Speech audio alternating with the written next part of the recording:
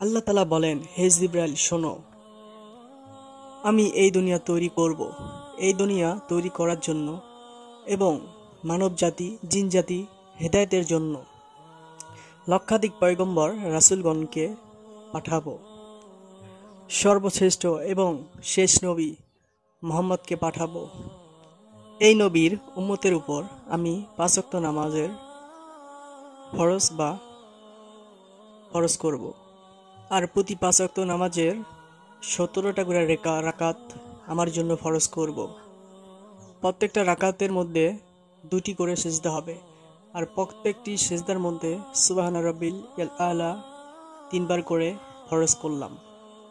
জিবরাইল তুমি মনে রাখো, আমার ওই নবীর মুহাম্মদ সাল্লাল্লাহু আলাইহি সাল্লামের উম্মত যখন সিজদায় গিয়ে আমাকে ডাক দিবে, তখন আমি জিবরাইল তুমি জেনে রাখো, তুমি ৪০,০০০ বছর সিজদা করে যে সওয়াব পেয়েছ, আমি আল্লাহ আমার মুহাম্মদ সাল্লাল্লাহু আলাইহি সাল্লামের বান্দাদের একটি সিজদায় আমি ৪০,০০০ গুণ বেশি নেকি সওয়াব দিয়ে দেব। সুবহানাল্লাহ। আশা করি ভিডিওটি যদি ইসলামিক ভিডিও ভালো লাগে সাবস্ক্রাইব করে পাশে থাকবেন এবং ভিডিওটি একটি শেয়ার করবেন, একটি লাইক এবং কমেন্টে জানাবেন ভিডিওটি কেমন লাগলো। Subscribe the Islamic channel. আল্লাহ হাফেজ।